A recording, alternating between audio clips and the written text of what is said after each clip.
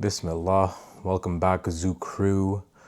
So, I'm sure, unless you're living under a rock, you're aware of kind of the state of the world right now and all the chaos that's going on, right? And this is why in a previous video I had said it's very important that you read The Fourth Turning because crisis and chaos, it doesn't just come out of the blue, right? It's a cycle, the cycle of history. So with that being said, for the last like 2 to 3 days, I've been doing a lot of research on like Iran, the protests that are going on there, and just trying to make sense of the whole situation, right? Obviously, like I'm not from Iran and like I'm not Persian, but there are some important people in my life who are, and I wanted to kind of better understand the situation so I could kind of have some like empathy, I guess you could say, or just better understanding of like what they're going through while witnessing this. And really, like, we are living through like history right now, right? So honestly, it's crazy what's going on there. And like the more I kind of like dig into this and like research it, the more I realize like the people in Iran are very courageous, right? So I ended up writing a little essay about this. I guess it's not really little, it's like 9,800 words, but it's little in the sense that like even with close to a 10,000 word essay, like I barely scratched the surface of like what's going on in this country and like why it's happening, right? And I think it's important for people to study this and like look at it like a case study, even if you're living in Canada, right? Because it's a slippery slope. And the reason these people are like, so first of all, like when we're talking about courage, like these people know they're either going to get arrested, they're going to get thrown in jail, they're going to get like killed, or yeah, like really they know they're going to like, if the government finds out like who they are, like they will get killed, right? But they're have enough belief in like themselves that they're willing to like stand up against injustice, right? They're willing to speak out because they're no longer letting fear control them, where like the way this like whole regime was created, they control people through fear, right? And like try to like have obedience to the system, but then at the same time, like the people have realized that even if they comply with the system, even if they are obedient, like the rules don't apply, right? Like they'll still just end up dead. So it's like, what are we fighting for? Like, why are we just allowing this oppression to continue, right? So I mean, there's a lot we can learn from what's going on in Iran, and I mean, it's crazy. It's crazy to see. And really like it ties into like the history and like yeah, the history of this nation of people, right? Like Persia like was literally one of the greatest empires in history, right? One of the greatest civilizations in history. And like imagine, right? Like that's who you're a descendant from, and then you're being like isolated from the world and like humiliated and treated with like in such a poor manner, you know? So, I mean, I get it. That's like, it's crazy, you know?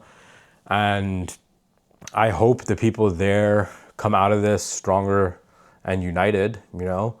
But really, I think at the end of the day, the people who live there, like now they've kind of seen what happens when like a foreign government comes and installs like a puppet leader, or when they kind of have a revolution without having like done their due diligence, I guess, because when there's a revolution and there's a vacuum, it's not necessarily like the people with the vision or like the best options that will become in power, right? What happens is it's whoever's the most organized, and just given the state of the country, like the people who were the most organized were like the religious factions, the clerics and whatnot, right? Because they had mosques that act as hubs. They're connected to the community. They're seen as like an authority, a spiritual leader, etc., right? And then, so it's really like the revolution happened to like remove this puppet leader who was installed into their government, right? After the whole coup that happened. And in my opinion, I think the best solution for the people of Iran is to hold an election and like everybody pick a leader that represents them, right? And I mean, like, if the people really want to have like a king again, like by all means have a king again, you know, like nobody's telling you what to do. It's just that I think, yeah, you know. So I don't really want to go into full detail about this just because like I did literally write a whole essay. So I'll leave the link to the essay in the description of this video. But the main kind of point I'm making is have some courage before it costs a lot, right? Because right now these people are like showing what kind of courage they have. And the thing is, they're paying a hefty price, right? Because they let fear and silence lead the way for so long, right? So here in Canada, like, you should first of all be grateful that you have freedom of speech and that like you're not living under like a authoritarian regime.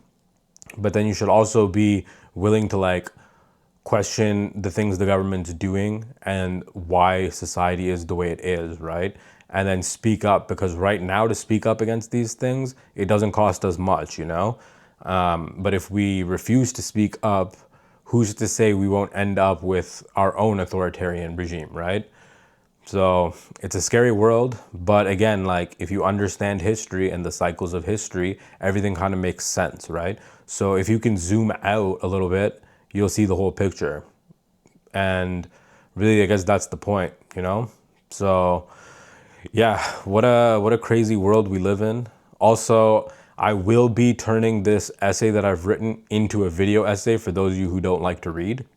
However, like, you won't absorb as much of the information through just like listening to it and like watching the video essay, right? You'll really absorb the information by like reading, you know, and like gaining comprehension of like the facts, because it's a very complicated situation. And again, like as I've mentioned, like we barely scratched the surface, right?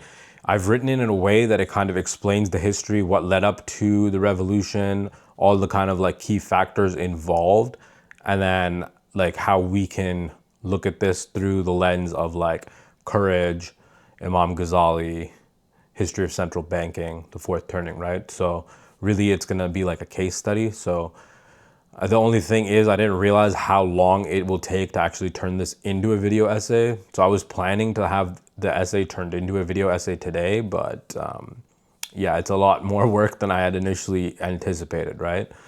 So at some point it will be released.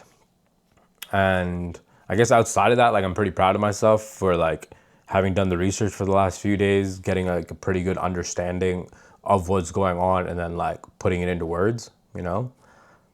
And I think I'm gonna start putting out more essays as we progress and I find more things I kind of wanna delve into a little bit deeper and that I'd feel more comfortable like putting into writing and not just kind of discussing.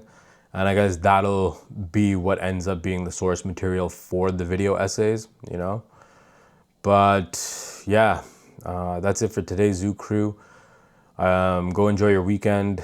Go enjoy your Saturday, you know? Life is meant to be lived. Time is the only currency we can never get back. So don't waste your time and just be happy, be at peace. And if you can't be content, be patient. That's it for today. Peace out.